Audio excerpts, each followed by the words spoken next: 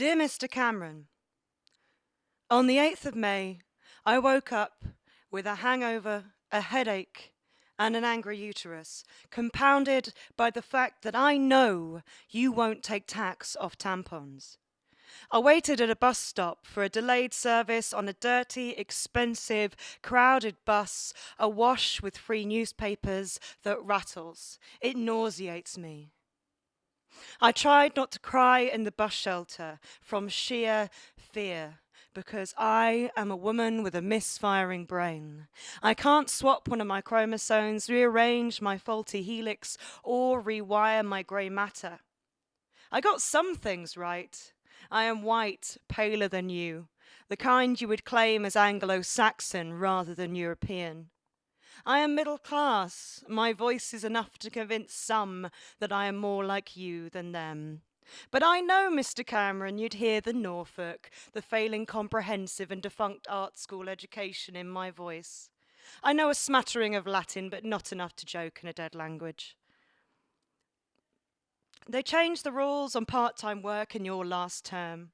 I have less money of my own than I did on the dole. You tell the lie we were all better off in work, then penalise those of us who work less, because of course we are feckless and not disabled, because you have made it nigh on impossible to get disability benefits. Those of us who cannot score enough points or get a job starve and die. Dear Mr. Cameron, have you looked at Callum's list? Do you know how many have died because of decisions made by ATOS and the DWP? Have you considered we work part-time because we are artists, or our pension wasn't enough, or we simply cannot find the hours you deem acceptable in this recession? You have never thought about walking into traffic just to get some rest from the relentless grind of your existence. I will never pay enough tax to be worthwhile in your eyes. And I have already cost the NHS thousands with my tricky birth, asthma, eczema, tonsils, all that orthodontistry, and the biggest ongoing expense, that faulty circuitry in my head. You can't imagine thinking you will lose your medication that gives you peace of mind, that keeps the pieces of your mind together. To be scared because there is no one in your life to act as an unpaid carer.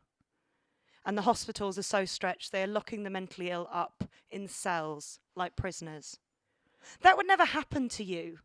Not even if you were unlucky. And I say unlucky because I would never wish an unquiet mind on anyone, not even you. If you were unlucky enough to have a breakdown, no NHS psychiatric unit for you, no year-long waiting times for talking therapy, all the most up-to-date medications, no palming you off with chlorpromazine or amitriptyline, no risk of tardive dyskinesia for you. The day after, I made myself eat a banana, oiled the chain, and got on my bike to commute for the first time in months, after I was too bone-tired and scared to cycle in traffic, could not face lack of cycle lanes and potholes which cause constant punctures. The state of these roads is your fault, Mr. Cameron. This city, which overflows with ideas and art, was cut so harshly during the last 5 years. And still we make most of the television for this country. You don't care about this. You don't have time to watch television. You wouldn't know that every programme pretending to be set in London had at least one scene recognisable to any Manchester resident. We are cheaper. It is easier to empty a street. I know you hate bikes, Mr. Cameron. I know, despite the photo op I seem to remember with the bicycle clips. My bike is from Thatcher's first term, 1983.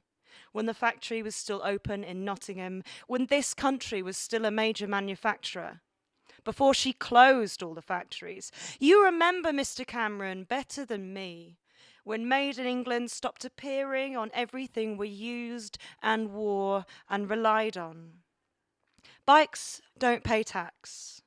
Many of us prefer the older models for their reliability despite their quirks. We fix their broken parts and carry on. We become attached to our bikes in a way you never can to a car. We are self-reliant. You can fix a bike or find someone who can cheaper than a mechanic. We need no insurance.